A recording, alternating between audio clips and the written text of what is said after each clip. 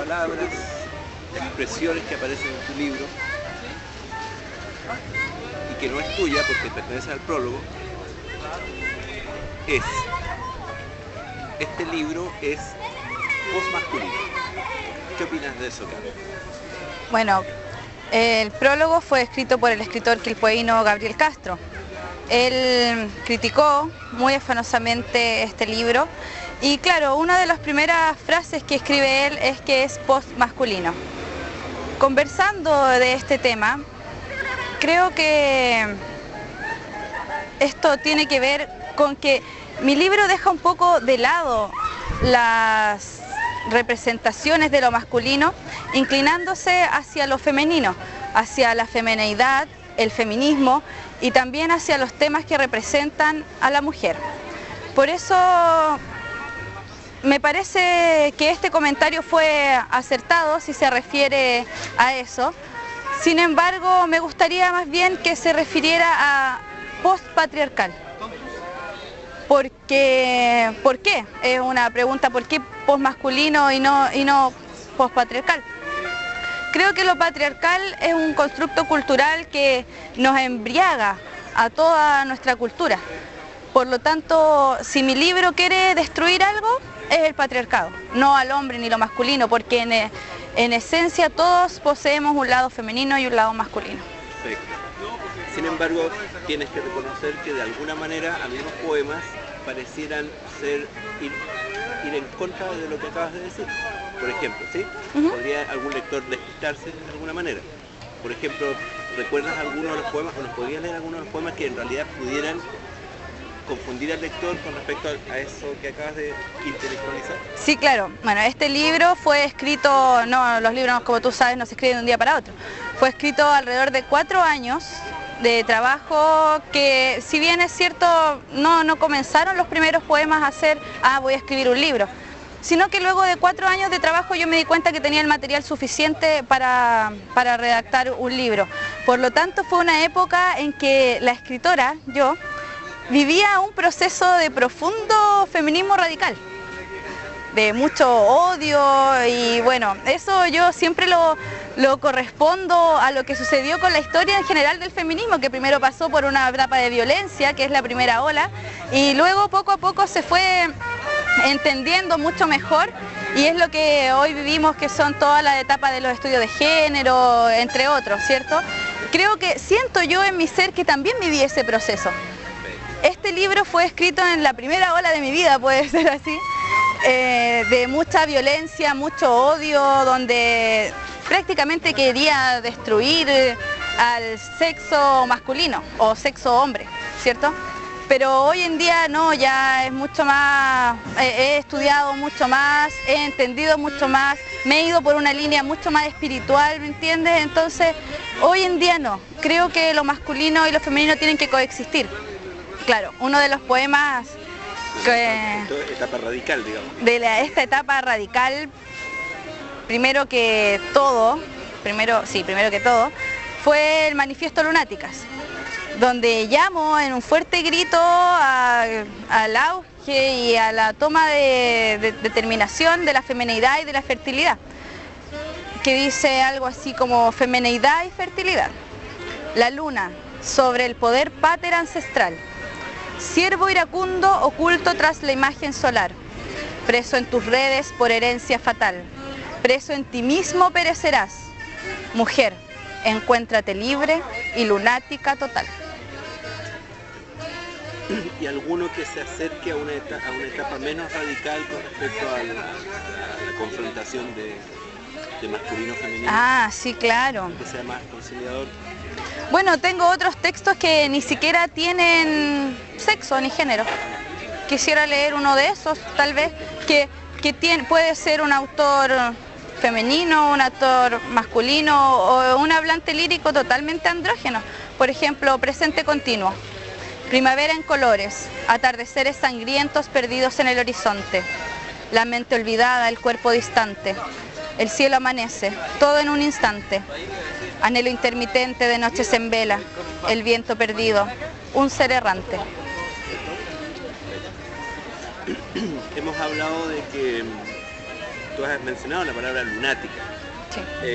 Se ha mencionado que tu libro de alguna forma, y de más de alguna forma incluso, es lunar. Refiérete por favor a eso. Sí, este libro corresponde a un ciclo.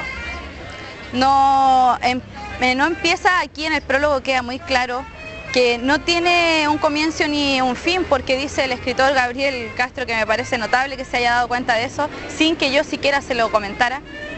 ¿Dónde comienza un ciclo? ¿Dónde termina un ciclo, cierto?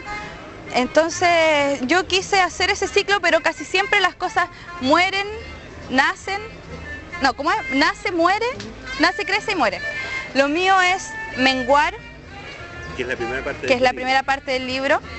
O sea, hay un decaimiento, un dolor, una tristeza, una fase donde el hablante lírico del poemario va haciendo conciencia de su ser a través del dolor. A través del dolor que le produce la violencia del entorno, la violencia al entorno, entre otras cosas, empieza a menguar, empieza a caer, a decaer. Posterior a esto viene una etapa del odio, que es Luna Negra de Lilith. ¿Qué sucede después de ser consciente de una injusticia? Viene el odio, viene la rabia. ¿Por qué etapa de Luna Negra? Porque después de la luna llena vienen alrededor de 2 noches donde hay ausencia de luna. Y esta luna, curiosamente para la astrología, se llama Luna Negra de Lilith. ¿Y qué sucede después de esta luna negra? Viene la luna nueva, viene el florecer, que es el nombre de la tercera parte de mi libro.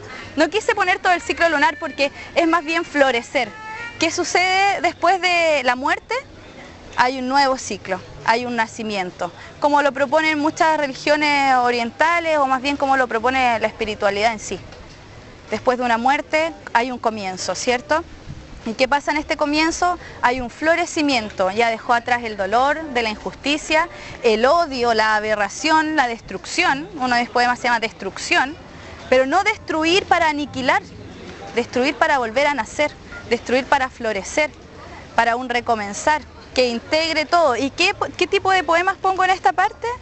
O pertenecen a esta parte en realidad, porque el poemario se concibe en sí mismo. Es esto. Todos los poemas que tienen que ver con la naturaleza que vuelve a nacer, la naturaleza que se da a conocer, la naturaleza que, a pesar de toda la destrucción que el hombre ha hecho hacia ella y que nosotras también hemos aceptado. Disculpa, ¿el hombre como hombre es sinónimo ser humano? No, ¿O hombre como... si quisiera referirme a ser humano diría ser humano. El hombre como hombre y la mujer como mujer.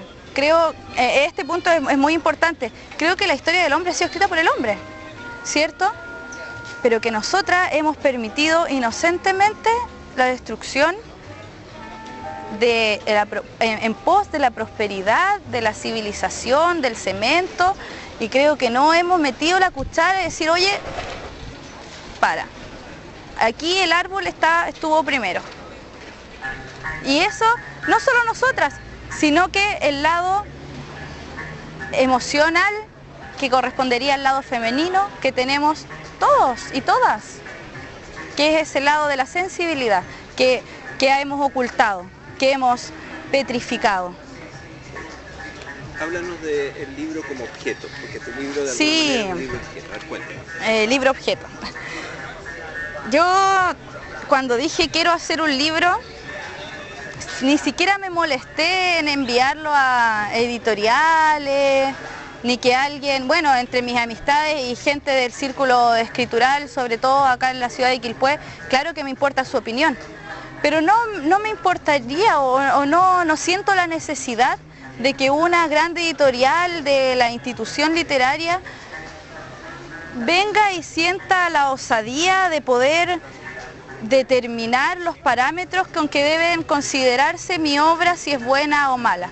De hecho, eso no me importa, si yo escribo es porque es con amor y porque quiero invitar a todos mis amigos y quienes me rodean a conocer lo que escribo, porque es mi arte. Una vez yo tengo amistades que hacen malabares, que hacen cuentacuentos, y dije, ¿cuál es mi arma? ¿Cuál es mi herramienta? La palabra. ¿Qué tengo que hacer? Escribir. ¿Cómo lo puedo divulgar? Hacer un libro. ¿Cómo hago un libro?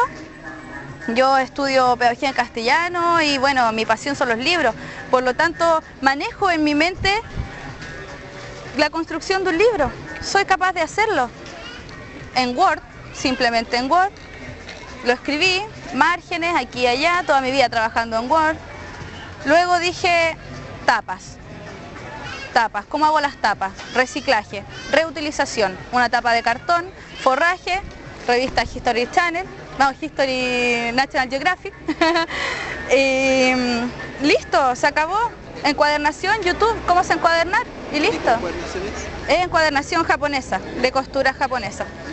Así es que muchas personas colaboraron en este trabajo, no puedo llevarme todos los honores, pero sí fue un trabajo de meses, que la idea fue comenzar haciendo 30 ejemplares, luego 15, terminó en 7 porque es una pega bastante agotadora y que requiere mucho tiempo. Así es que la idea también pretendemos con una editorial independiente sacar un tiraje de unos 30 para que sea de reproducción más masiva. Por último, Carla, ya para despedirnos, cuéntanos dónde estamos. Estamos en la plaza de Quilpué, en la plaza de la Municipalidad, en una feria del libro, la 8ª versión del Feria del Libro, que ha estado ya, este es su último día, ha estado durante 6 días con una inmensa gama de actividades para todos los que les encante la literatura y la palabra. Perfecto. ¿Y tú tienes algún rol, además de exponer tu libro, qué sé yo, en esta feria? Sí, estamos trabajando en labores de coordinación con un equipo que hace todo lo posible para que todo marche bien. Bueno, no lo posible, o sea, todo tiene que marchar muy bien. Y también tengo mi stand con el proyecto de librería y biblioteca Batory Libros, que es un proyecto en el que he estado trabajando durante algunos meses.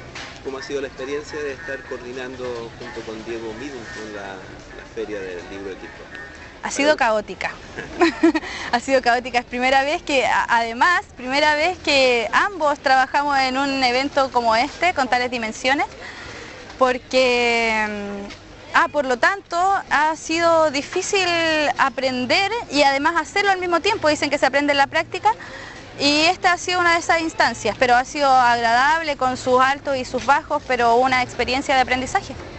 Perfecto, Carla. Muchas gracias. Gracias a ustedes.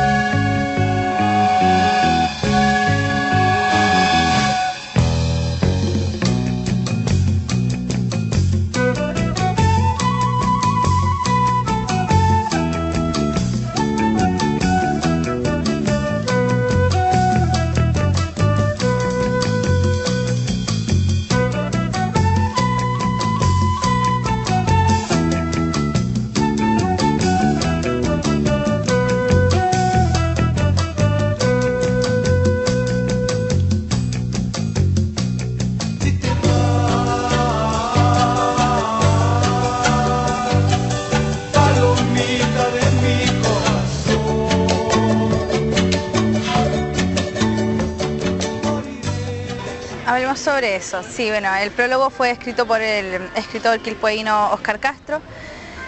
Óscar Castro, mira. Ya corté otra vez.